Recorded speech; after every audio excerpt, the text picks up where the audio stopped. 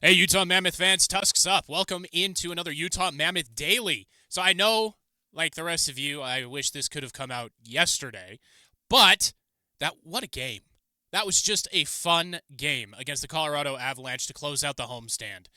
Honestly, going into the game, I didn't think Utah was going to win. I thought they would put up one heck of a fight, but I didn't think they would win. But it turns out they won, and they did it in an impressive style. And that's kind of how you make a statement. Utah outlasted Colorado 4-3 in overtime at the Delta Center. Dylan Gunther, oh man, Gunner, we need to come up with a good nickname here for him for all of his overtime and late game heroics. I'm not smart enough to do it, so I'll leave that up to you all. But yeah, definitely game winner, 33 seconds into overtime off of Clayton Keller's feed and Mikhail Sergachev's poke check.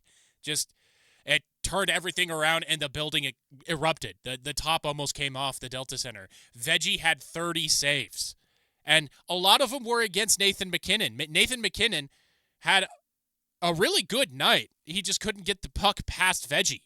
So the goals came from Cale Makar, obviously. If McKinnon's not going to score for Colorado, it's going to be Makar. Marty Nikas, I know I didn't butcher names. Sorry. I'm a stupid American, I guess. And Jack Drury. And Utah still closed the show. It wasn't a rope-a-dope game either. Shots finished even, 33-33. Utah blocked 19, and they held their nerve through Colorado's late push. That poises the difference between last year's moral victories and this year's actual ones. Schmaltzy had a power play goal. Lawson Krause, the sheriff. I was so happy to see Lawson Krause score his first goal of the season off of a beautiful feed from Kevin Stenlund across the ice to a wide-open Sheriff. And Mikhail Sergachev, that steal and snipe. I mean, my goodness. When I was watching that game, I didn't even know the puck went in. I saw Sergachev steal the puck, but I guess my hockey eyes aren't up to speed yet. I didn't see it go in. And so that went in. I saw Sergey start to celebrate, and I was like, oh my gosh, that went in. That was so fast. And that score was amazing. So, and then those were the goals in regulation. Obviously, that feed from Clayton Keller through the poke check of Cale Makar ahead of Nathan MacKinnon, and Dylan Gunther stopping on a dime to get that puck into the net. Absolutely amazing in OT. That game was so much fun. I am not familiar with playoff hockey, being a newer fan, and obviously with the Utah Mammoth having been in the playoffs after only 1 year. But that felt like it had a playoff-type atmosphere. Ryan Smith was in the booth for part of the game. That was super fun. I loved how he sounded like a fan. You can't call that one back. I mean, they got the call right. It was goalkeeper interference. Liam O'Brien got into the blue on his own, and you can't do that. That'll get called 10 times out of 10, hopefully. Well, it is NHL officiating, so we'll go with 9.5 times out of 10. But that was really fun to hear as well. And yeah, just such a fun game. It was such a fun game. And in a previous life, I was a Colorado Avalanche fan. I still kind of am, just because they were our team for a long time. So in that game, I really couldn't lose. And boy, did I win, because both teams really showed up, and it was just a great time. Dylan Gunther, though, he's Utah's closer. I mean, you can't really slice it any other way. He is the Mariano Rivera of the Utah Mammoth. If you don't like the Yankees, we could go with Trevor Hoffman, Dennis Eckersley, if you prefer. But that Eric Gagne, if you are of that persuasion. But he's the closer. So let's give the spotlight to him. Since the start of last season, Dylan Gunther has 12 game-winning goals. That's second most in the NHL in that span. Mark Scheifele of the Jets is the only one who has more. He has 13, so he's only one off of the pace. That's not a hot streak. That's a reputation. And that was highlighted by KSL, by ESPN, The Athletic. Everybody is now aware that Dylan Gunther is a closer. The OT winner was pretty flashy. The poke check steal from Sergachev, getting the puck and calmly waiting for everybody to cycle and not just launching it forward and hoping.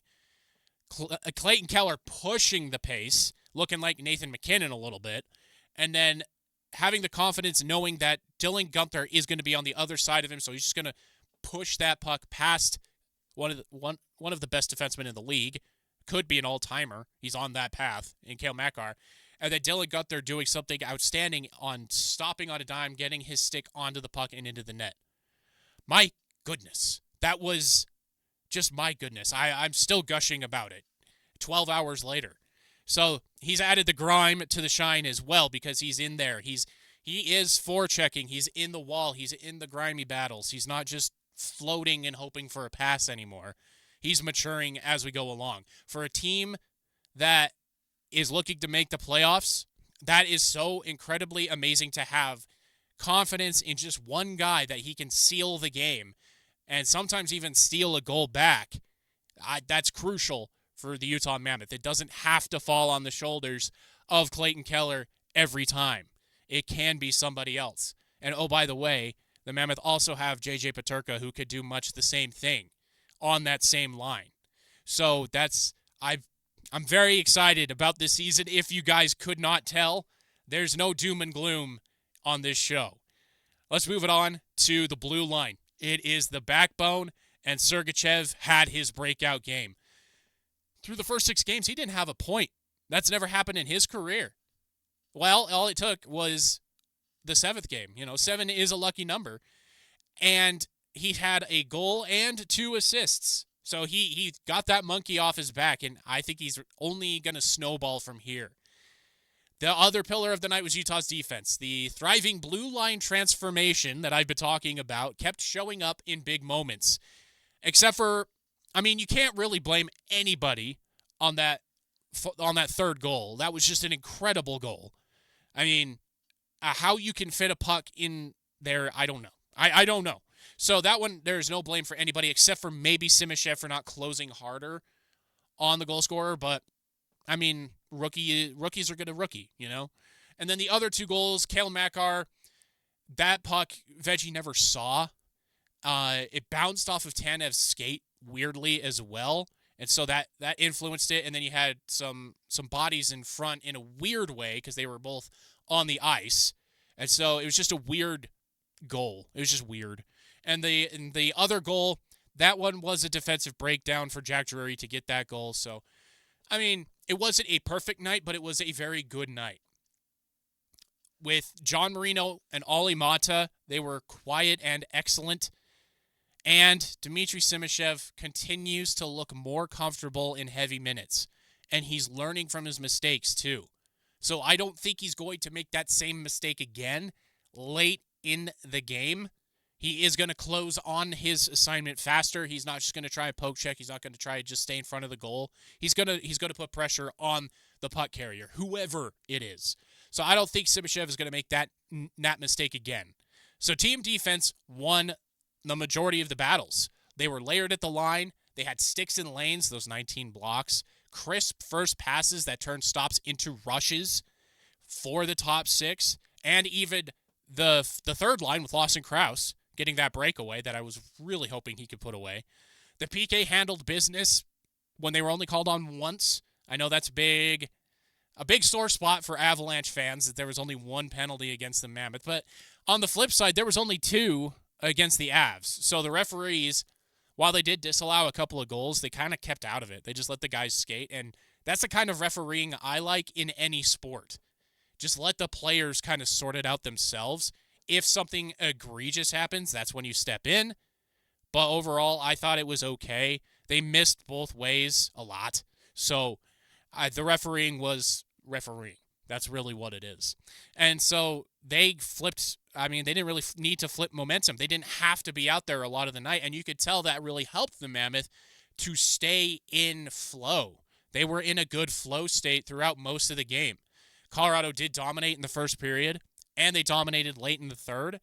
But for the majority of the game, it felt either even or slanted, or the ice was tilted towards the Mammoth. So that's why Veggie looked so composed. He saw pucks and got help with rebounds throughout most of the game.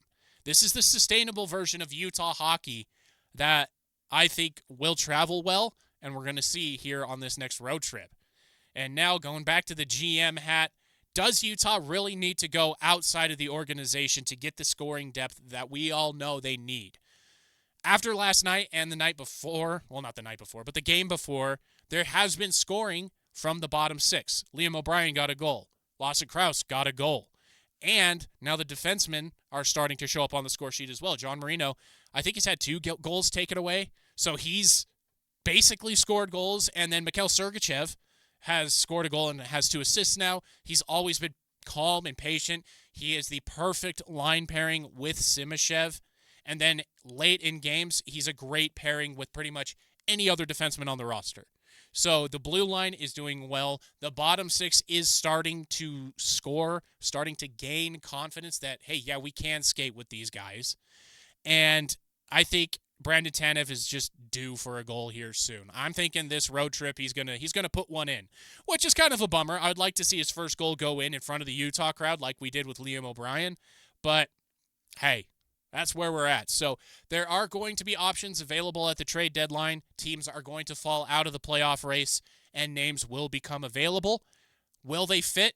Will GM Bill Armstrong and Coach Andre Tourigny want to take a half-season rental on some of these guys that are at the end of their contract, or take on maybe a veteran that wants to get onto a playoff contender? We'll have to see. I have floated a few names. Most of them, I think, are realistic, except for maybe Marchessault. I don't think that one's terribly realistic. Or the other 2 that I mentioned from the Rangers or the Islanders. Those are a lot of daydreams from yours truly, but I would like to see them. But that is the episode today, everybody. Thank you all for watching. Please hit that subscribe button, and I will see you all tomorrow.